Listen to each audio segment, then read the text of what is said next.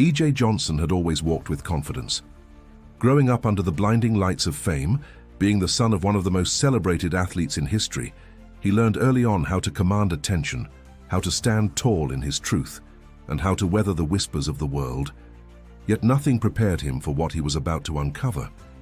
It all started on an ordinary Sunday afternoon. E.J. had visited his parents' Beverly Hills home, planning nothing more than a casual lunch with his mother, Cookie. While waiting for her to finish preparing their favorite dish, E.J. wandered into his father's home office, a space filled with decades of trophies, framed jerseys, and photos of Magic shaking hands with presidents, world leaders, and legends. His eyes landed on a dusty wooden box tucked beneath an old bookshelf. Something about it called to him. Curiosity nudged him closer. As he opened it, the faint scent of aged paper drifted upward. Inside were letters, hundreds of them, fan mail, old contracts, newspaper clippings, and one envelope sealed in wax marked simply, "For my son, when he's ready." E.J. froze. His heart pounded. What could this possibly mean? Carefully, with trembling fingers, he broke the seal. Inside was a handwritten letter, its ink slightly faded, but the words still clear. "Dear E.J., there are things I never told you, things I thought I was protecting you from. But one day you deserve to know the full truth about who we are, and the choices I made before you ever knew what was happening around you." It stopped there, no further pages, no explanation. Confusion, fear, and anger tangled within him. E.J. sank into the leather chair, staring at the letter as if it might change form and give him answers. What choices? What secrets? Had his whole life been shaped by something hidden? Before going any further, he texted his father. No response. Magic was traveling for a speaking engagement that weekend. The timing left E.J. alone with a whirlwind of questions. "Am I really ready for this?" he whispered to himself. "If you want to know how this powerful story unfolds, don't forget to subscribe to the channel for more inspiring journeys just like this. Hit that subscribe button now. It means the world to us and helps us keep sharing stories that matter." As the hours passed, E.J. couldn't shake the feeling that this wasn't just about him. It was about family, identity, and possibly decisions made long before he had the agency to understand them. Flashes of childhood memories flooded his mind. Times when conversations suddenly hushed when he entered the room, moments when his father seemed lost in thought watching him, and fragments of whispered arguments behind closed doors. For years, E.J. believed that the tension in his family was merely the strain of living under constant public scrutiny. After all, being the child of Magic Johnson wasn't just a blessing, it was a burden. But now it felt like there was something far deeper, something unspoken that went beyond paparazzi lenses and tabloid headlines. Determined to learn more, E.J. grabbed a notebook and started jotting down every memory that suddenly felt different, every conversation that now seemed coded. Every time someone said, "You're so strong," in a tone that implied they knew more than he did, he glanced at the letter again. The last line haunted him. "The choices I made before you ever knew what was happening around you." What choices could change a son's entire understanding of his father? A chill ran through his body. Whatever this secret was, it had waited decades to be revealed. But E.J. was ready now, even if he didn't feel it yet. Sleep was impossible that night. E.J. lay awake, staring at the ceiling, the letter replaying over and over in his mind like a haunting melody. By sunrise, he had made a decision. He wasn't waiting for his father to return. He was going to uncover the truth himself. His first stop was the family storage unit, tucked away in a secure warehouse on the outskirts of Los Angeles. Inside were decades of memories, old VHS tapes, photo albums, newspaper articles, and boxes labeled with years and events. If there were answers, they had to be hidden somewhere among these relics. As he sifted through the stacks, E.J. noticed something strange. There were several years, 1989 to 1993, where family photos were sparse. Boxes that should have held birthday photos, family vacations, or candid snapshots were either missing or surprisingly empty. A knot tightened in his chest. Why those years? Those were his earliest childhood years. The same years when his father had famously announced his HIV diagnosis and temporarily stepped away from the NBA. But what else had happened during that time? He reached for an old leather-bound album. Dust puffed into the air as he flipped it open. A few pages in, a photo caught his attention. Magic, standing in front of the family home, flanked by two men EJ didn't recognize.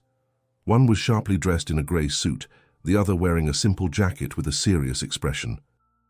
The caption scribbled underneath simply read, "A Promise Made, 1991. EJ stared at it, his pulse racing. A promise to whom? About what? He dialed the first person who came to mind, Aunt Dolores. She had been a constant presence throughout his life, always the one whispering words of comfort when family tensions rose. She answered on the second ring. "EJ, baby, it's early." "Everything okay?" Her warm voice was tinged with concern. I found something, Auntie. A letter from Dad. And a photo. I think there's something he never told me. Something big."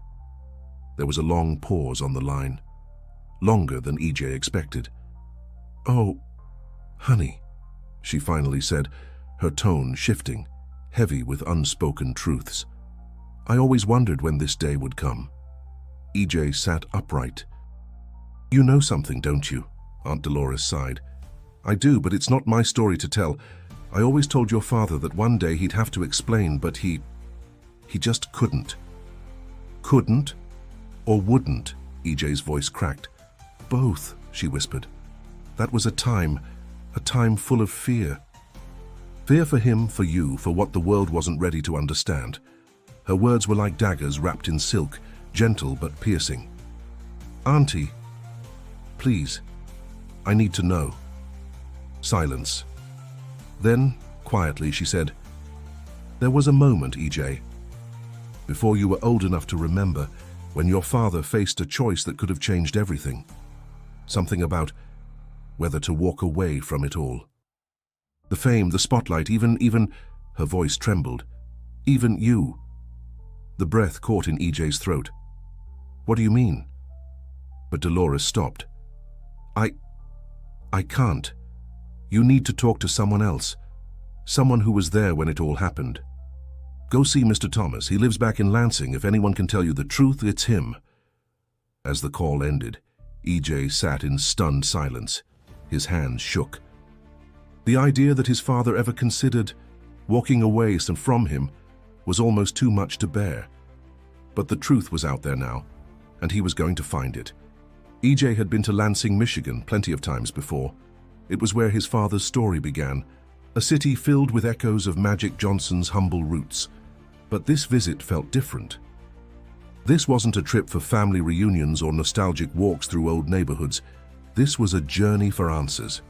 The crisp autumn air bit at his skin as EJ pulled up in front of a small, weathered house on the corner of a quiet street. The porch creaked under his footsteps. An elderly man opened the door before he could knock, as if he'd been expecting him. "Mr. Thomas?" EJ asked, his voice steadier than he felt. The man nodded. "You must be Irvin's boy. Come in." The living room was simple. Faded floral couches, walls lined with photos of family, old trophies, and one prominent picture of a young Magic in his high school basketball uniform. Mr. Thomas motioned for EJ to sit. "You know," he began, settling into his recliner, "your father was one of the most determined kids I ever met. But he was also one of the most scared." EJ blinked. "Scared?" Mr. Thomas nodded, folding his hands. Back in '91, when the HIV diagnosis hit, it wasn't just his career on the line. The world was cruel back then, especially to anyone who didn't fit into its neat little boxes. "There were concerns about you." "Me?" EJ's heart pounded. Mr. Thomas sighed heavily. "You were just a toddler, but you were already different, expressive, vibrant. The way you dressed, the way you danced. It didn't take a genius to see you were going to grow into someone fabulous. But in those days, people didn't always see fabulous. They saw danger, shame. Something to hide." EJ's breath caught. His throat tightened.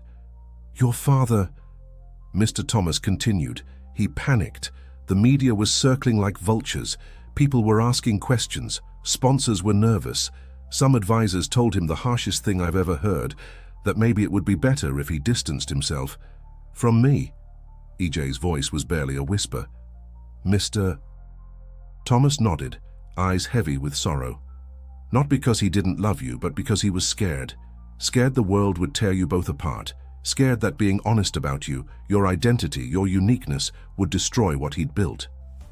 EJ's eyes burned. His hands clenched into fists. But he didn't do it, Mr. Thomas said firmly. He walked up to that line. I was there the night he made the decision. He said, if the world's got a problem with my son, then the world's got a problem with me. But that choice came with a price. He made deals, set rules, hid parts of your family life from the cameras. It was his way of protecting you, but also protecting himself. Tears streamed down EJ's face. So, he did love me. He always loved me. Mr.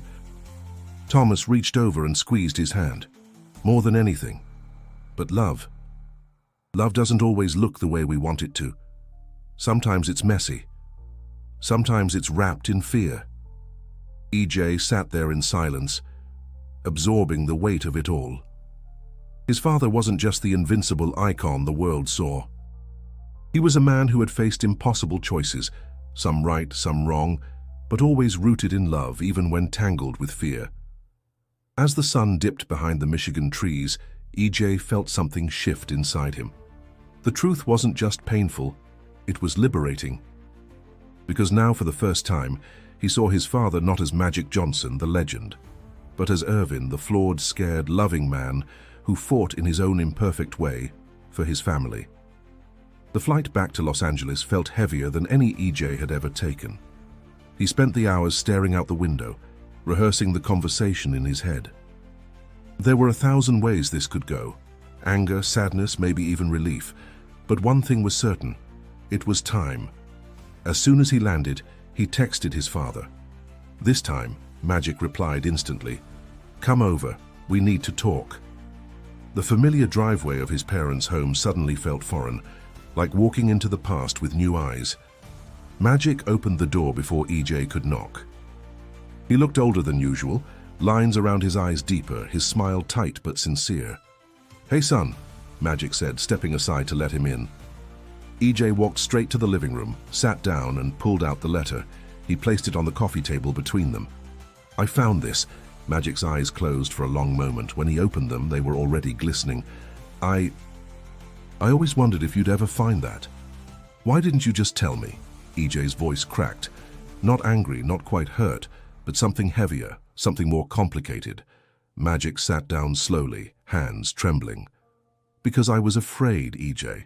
Afraid that if you knew everything and you'd think less of me. That you'd think I didn't love you enough. EJ leaned forward. Did you really consider leaving me? Walking away? Tears spilled down Magic's face. Yes, for a moment. A terrible, terrible moment. When the HIV news broke, when the world turned on me. There were people I trusted, who told me I couldn't be everything, that I couldn't be the world's hero and have a son who didn't fit the mold. His voice broke. I hated them for saying it, but a part of me, a scared part, believed them, for a minute I've regretted every single day since. EJ's throat tightened. But you didn't. No, Magic said, wiping his face. I looked at you, this joyful, vibrant, unapologetically yourself little boy, and I knew. No basketball game, no sponsorship, no magazine cover was worth more than you. But I still hid things. I tried to control how much the world saw of us. I thought I was protecting you. Maybe I was just protecting myself. Silence filled the room, thick and suffocating. EJ stood, pacing. Do you know what it's like? To grow up knowing something was off? Feeling like parts of me were being edited out of the story? Magic nodded, shoulders shaking. I do now, and I'm sorry. God, EJ, I am so sorry. They stood there, two men, father and son, staring at each other across a canyon carved by years of unspoken fears and buried love.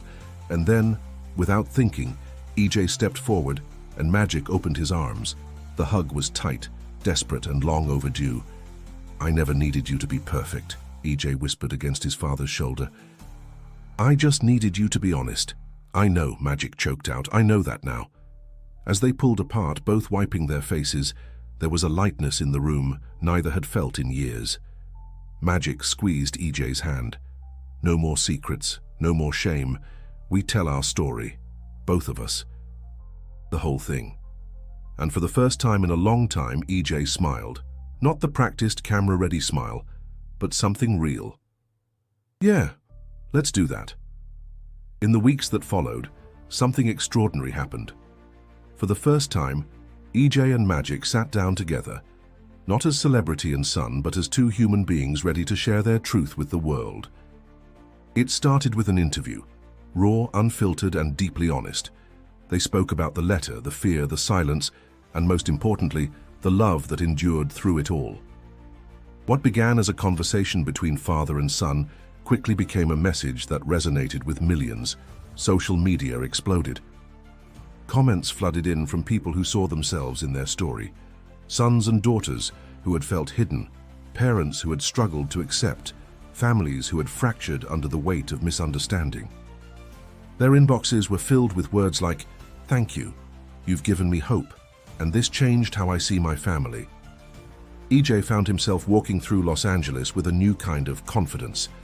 Not the kind built on designer clothes or flawless photo shoots, but the confidence that comes from being truly seen by his father and by himself. Magic, too, seemed lighter.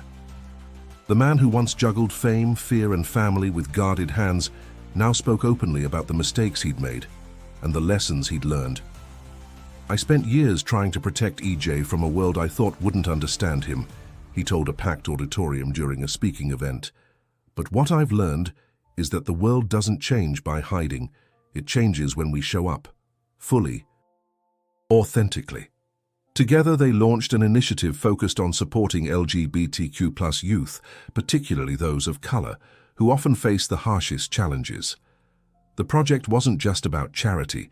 It was about rewriting the narrative, about making sure no child ever had to wonder if they were worthy of love. At home, family gatherings felt different now. More laughter, more honesty. Fewer shadows in the corners of conversations.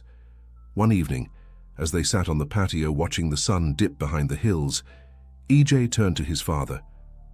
"You know, for a long time, I thought your legacy was about basketball, about rings and records." Magic chuckled. "A lot of people still think that." EJ smiled. "But it's not. Your real legacy. It's this. It's us. It's showing the world that love isn't always clean or easy, but it's always worth fighting for." Magic pulled him into a side hug. "That's the best championship I've ever won." They sat in comfortable silence, two men bound not just by blood, but by a hard-won understanding of what it means to truly love someone, not despite their differences, but because of them. As news outlets continued to share their story, as podcasts replayed their words, and as millions watched clips of their interview, one thing became clear. This wasn't just a story about a famous father and his son. It was a universal story, about fear, about growth, about the healing power of truth. And as the world leaned in to listen, Magic and EJ stood together, not as icons or headlines, but as proof that no secret, no mistake, no fear is bigger than love. If this story moved you, don't forget to hit that subscribe button. It helps us continue bringing you stories that inspire, heal, and uplift. And if you're ready for another powerful journey, click the video that's appearing on your screen right now. You won't want to miss it.